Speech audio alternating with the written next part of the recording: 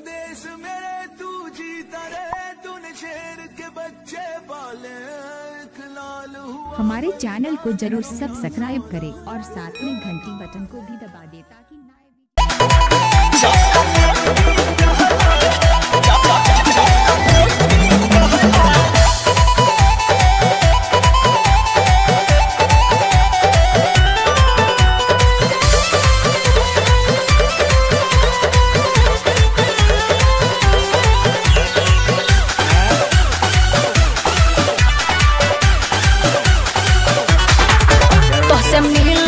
जान बानी रहे जी, परमिशन दे दिले बड़े डैडी जी।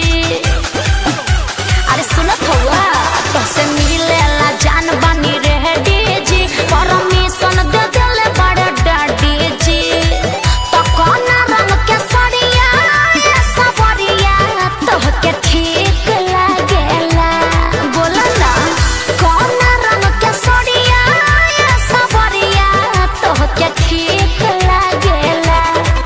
चॉकलेटी कहला पेन्हिली हसूत हो, सबर को तो पानी कला गेला।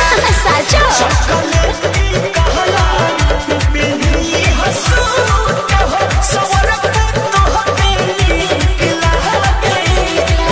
ठीक बा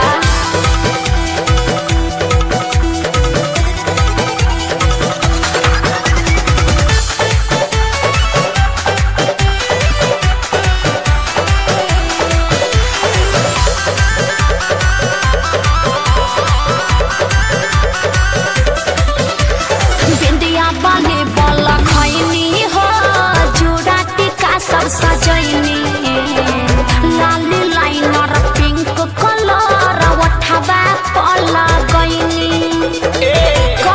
तुमको वो सेंटर मारली हो। ठीक बा जैसे रे नीम के पतैया डोले, ओ सही जियारा रहा डोले। सचो आवना तो जान लागे जाई जान, दिलवा से होले होले। कौन रंग के चूड़िया ये सबरिया तो के ठीक लागेला, बोला ना सुगा पंखी काला पेन्ही हॉल हथिया हो। अच्छा सुनर को तो हपेनी कला गेला।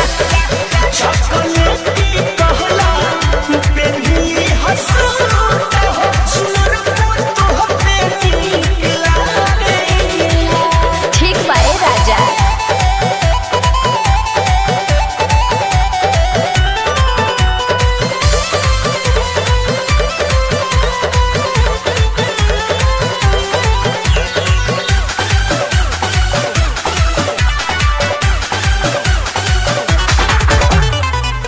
सबर ये बोलू पिया तोहरे हटे धन धन धन धन एक भर हिया बुताइली हा हमारो बाखा और बर्दाश्त नहीं हो।